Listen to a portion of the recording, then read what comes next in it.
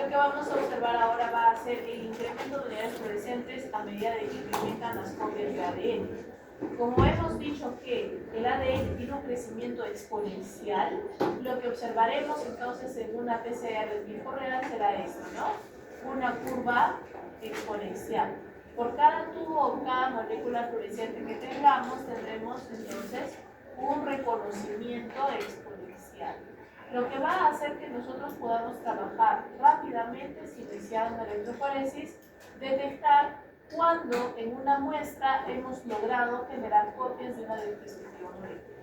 Entonces, en la PCR convencional habíamos dicho de que si nosotros podíamos diseñar un primer a partir del genoma de un patógeno, de tal manera de que este primer no se confunda con el genoma del huésped, que es el ser humano, si logramos generar copias, implicaría que el genoma del patógeno está dentro del huésped.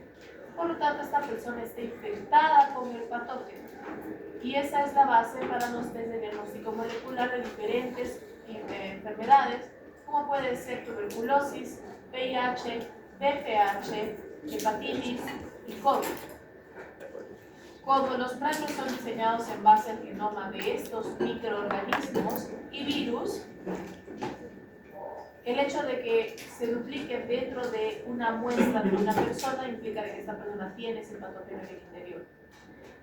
Lo primero que entonces lo que tenemos que hacer va a ser, en este caso una PCR, comparar un control positivo en el cual estaremos completamente seguros que sí va a haber varias copias de nuestro patógeno, una muestra en negativo en el que no va a haber ninguna, y luego comparar el alto, qué tanto logra expandirse nuestras muestras en función del control positivo y el control negativo.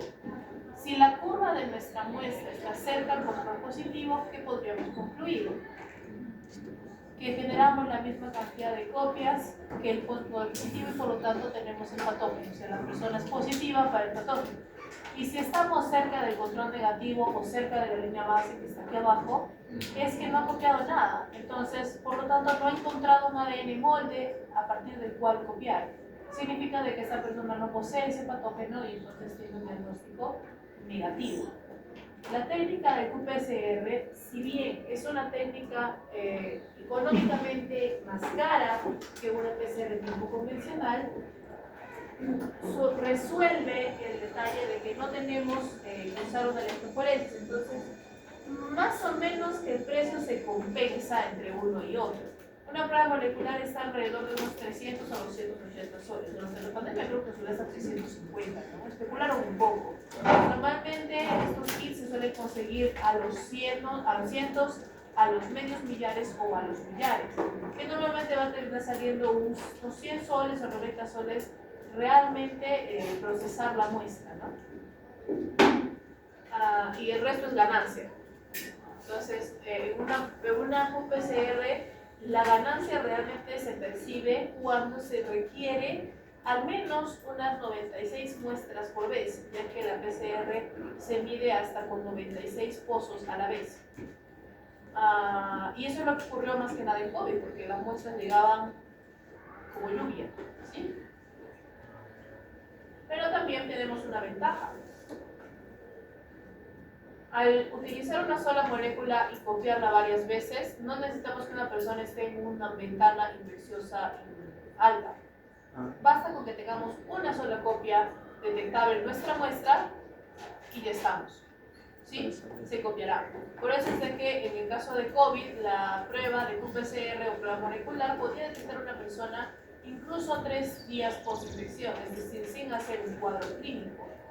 Porque si tenía el virus dentro ya se podría detectar, especialmente en las zonas de infección como puede ser nasofaringe. Por eso la muestra para el molecular no era una muestra de sangre, era una muestra de hisopado nasofaringe.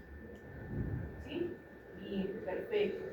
Ahora vamos a pasar al RFLP. Y para poder entender el RFLP tenemos que entender enzimas de restricción. Entonces, acá, ¿quién es un melindroso para comer?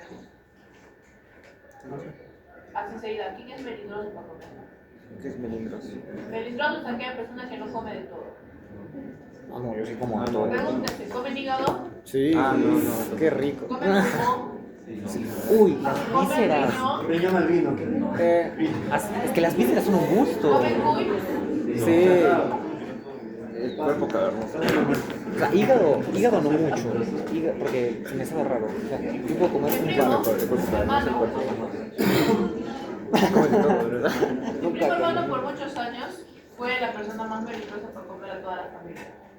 Dice que cuando tenía 8 años, no importa dónde fuera, él pedía pasta. Y no me refiero a la pasta italiana, o sea, pasta con jugo, no. Video hervido sin sabor, Sí, soy. con pepinillo picado en sal y limón y un huevo frito encima. ¿Ah? Y esos eran sus alimentos todos los días. O sea, no salía de ese cuadrado. Y si íbamos a un restaurante, la milanesa es pura. Más exótico no se volvía. Está en definición, pero también. Ya está feliz. Ahora no, ahora come de todo. Porque ya tiene 26 soles. Entonces, Quizás. en el mundo molecular tenemos enzimas que son melindrosas para comer y no melindrosas para comer. Hemos visto de que las enzimas requieren su nombre en base a lo que degradan o a lo que sintetizan. Por ejemplo, ATP sintasa o sintetasa. Sintetiza ATP. Proteasa. Degrada proteínas. Por lo tanto, bajo este concepto, nucleasa degrada ácidos nucleicos. Y nucleasas hay varias versiones. Podemos tener exonucleasas, que como su nombre indica, son nucleasas que consumen moléculas de forma externa, de afuera hacia adentro. Por lo tanto, su conexión va a ser un extremo libre 5' o 3', dependiendo de la isonucleasa con la que estamos trabajando. Y luego están las endonucleasas, que van a comer desde adentro, es decir, engloban la secuencia de monocatenario bicatenario del ADN y a ellas solas cortan y empiezan a comer. Existen endonucleasas que van a comer de todo, como por ejemplo la RNasa A, que degrada ARN sin mirar a quién, literalmente se come todo el RNA que está en su camino, esa es la RNasa A. Y luego tenemos las llamadas enzimas de restricción, que son las más melindrosas de todas las enzimas. ¿Por qué? Porque las enzimas de restricción, como se indica, requieren un fragmento de restricción para poder comer. Entonces, normalmente cuando nosotros buscamos una enzima de restricción, vamos a tener algo como esto. De una restricción. ¿Qué? Una restricción.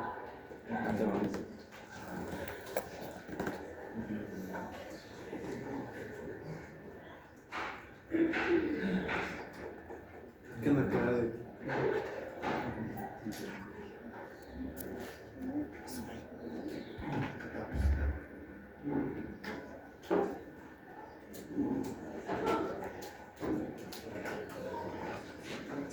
Ok, yo voy a escribir. Yo escribo tú con el tecladito más de acá.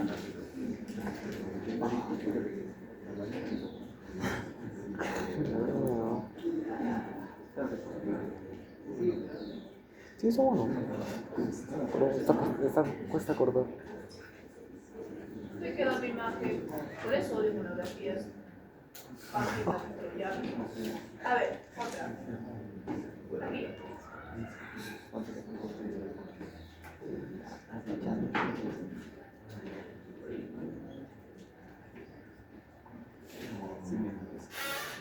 Una enzima de restricción se ve así. Acá está su nombre. Y este es su fragmento de restricción. ¿Qué significa? Solo y solamente donde existe una secuencia que diga GACGTC, cortará de forma isométrica en A de una cadena y en C de la otra cadena, o sea, así, dejando pedacitos abiertos. Por ejemplo, AF1 solamente cortará donde exista la secuencia AGCGCT y lo cortará dejando a la mitad. Por lo tanto, si no tenemos esto, no corta. ¿Sí? Son muy melindrosas. Cuando tenemos N, puede ser cualquier nucleótido. Cuando tenemos Y, pueden ser pirimidinas. Cuando tenemos P, pueden ser purinas. ¿Sí? Entonces se dan cuenta que sigue siendo muy melindrosa. ¿Por qué es útil para nosotros que ella sea melindrosa? Imagínense que tengo un gen y que en uno de sus exones hay una mutación. Justamente, normalmente la forma normal del gen va a tener una secuencia, vamos a usar a AG, ¿ok? Va a tener una secuencia AGC, GST, ¿sí? En cambio, la forma mutada va a verse de esta manera.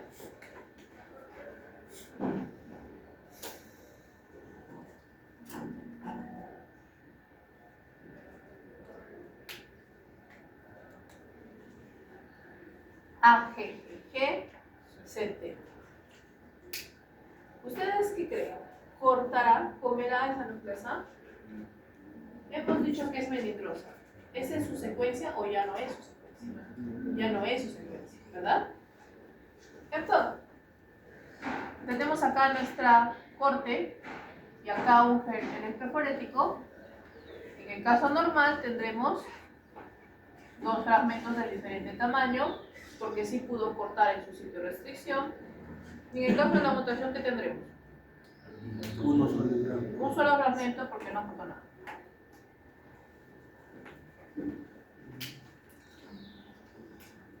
Y acabamos de diferenciar el genoma de una persona enferma, específicamente con una enfermedad tipo SNP, de una persona sana, solamente con una enzima de restricción.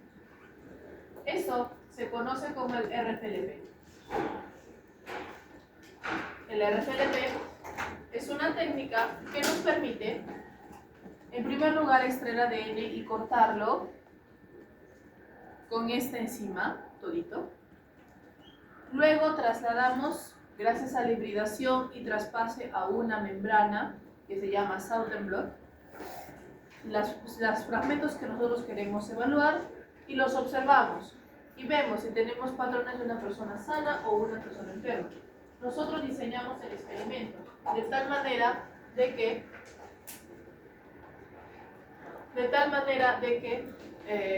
podamos diferenciar si la persona normal es la que tiene los fragmentos cortados y la enferma solo un fragmento, o al revés, depende de nosotros cómo diseñar el experimento. Una versión más directa va a ser, esto está mal escrito, esto es RFLP,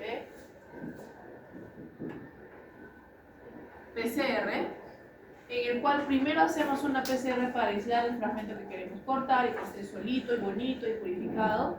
Lo cortamos, igual hacemos una electroforesis y como hemos visto en el caso anterior, vamos a tener un fragmento que en el caso de la persona normal va a generar un fragmento chico, un fragmento grande. En el caso de la persona con enfermedad no va a haber ningún corte y por lo tanto vamos a poder separar una persona con un genoma normal de una persona con un genoma cambiado. Y así podemos trabajar con mutaciones que se les conoce como las mutaciones de SNP, o mutaciones de un único nucleótido, o mutaciones simples, que son inserciones, deleciones, inversiones o duplicaciones, ¿no? Cosas pequeñas. Y es bastante útil porque en este caso va a ser para detección rápida de enfermedades genéticas y como es genoma podemos obtener cualquier muestra. Puede ser una muestra sanguínea. Y finalmente el FISH es probable que lo hayan visto antes en biología celular y genética. Es una técnica que nos permite utilizar igual sondas fluorescentes, solo que ahora vamos a forzar a las sondas fluorescentes ingresadas dentro de una célula para que ésta marque el genoma.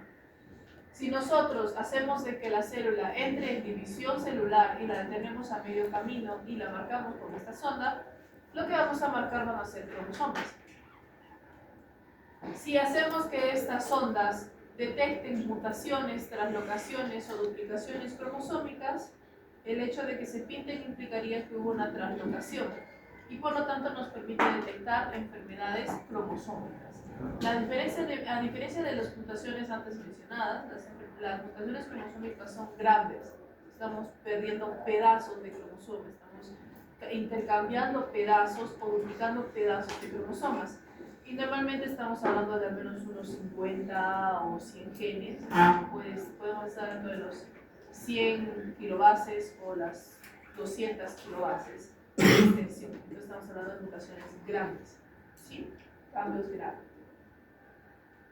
Y finalmente estamos al proyecto Genoma Humano. El proyecto Genoma Humano, ustedes tienen una lectura en su Moodle que es bastante informativa.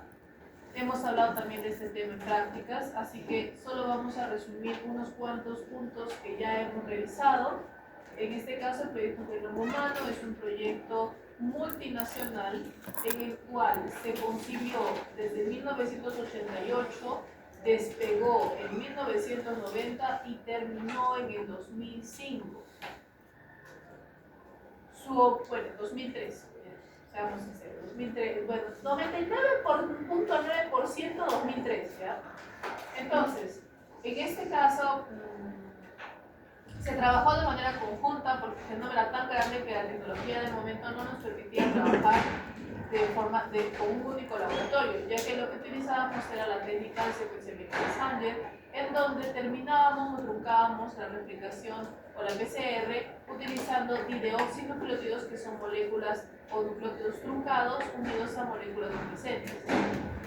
El fragmento que se detenía en diferentes puntos, luego los fragmentos eran pasados a través de un electroforesis capilar, es decir, todos por una sola vía, y un lector lo que hacía era asociar la molécula fluorescente que estaba unida a ese nucleótido con el nucleótido que corresponde. Entonces, al final lo que nos daba eran picos de lectura de moléculas fluorescentes que correspondían a una determinada secuencia, y ese era el secuenciamiento.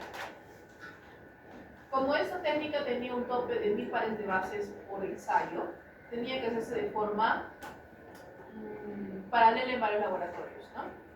Luego estuvo el pequeño detalle respecto a Cellular Genomics, que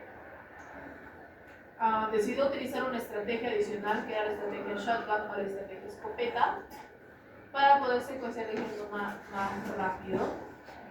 ¿Cómo trabaja Shotgun a diferencia de lo que estaba haciendo el proyecto Genoma Humano? El proyecto Genoma Humano, como ustedes han dicho en la idea anterior, partía grandes pedazos y los mandaba a los laboratorios.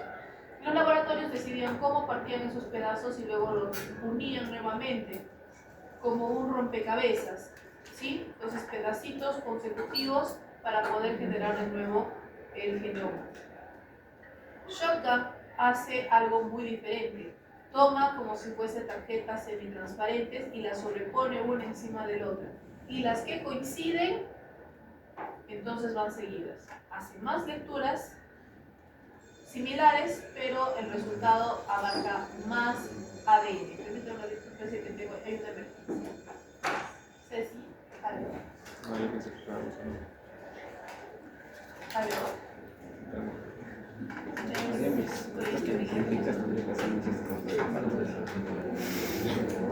No, yo qué hablo.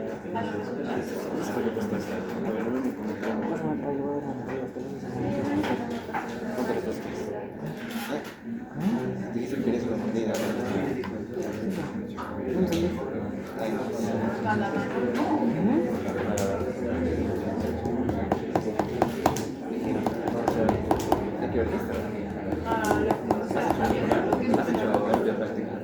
Hoy me toca. Mira, vas a ver. Pero es de humano, no creo, después ya. Ya tengo ya se me acuerdo qué es eso. No me digas. Hipocampo. Sí, El ventrículo lateral. no, núcleo temporal del cuerpo muscular. O. Este tiene un nombre. ¿Cuál? El azul. Cuerpo calloso. No sé. Uno que es aquí. ¿Ves? Pilar posterior. No, claro. No, pilar posterior. Era el posterior del forno. Me parecía. Ya no me acuerdo. ¿Qué tal?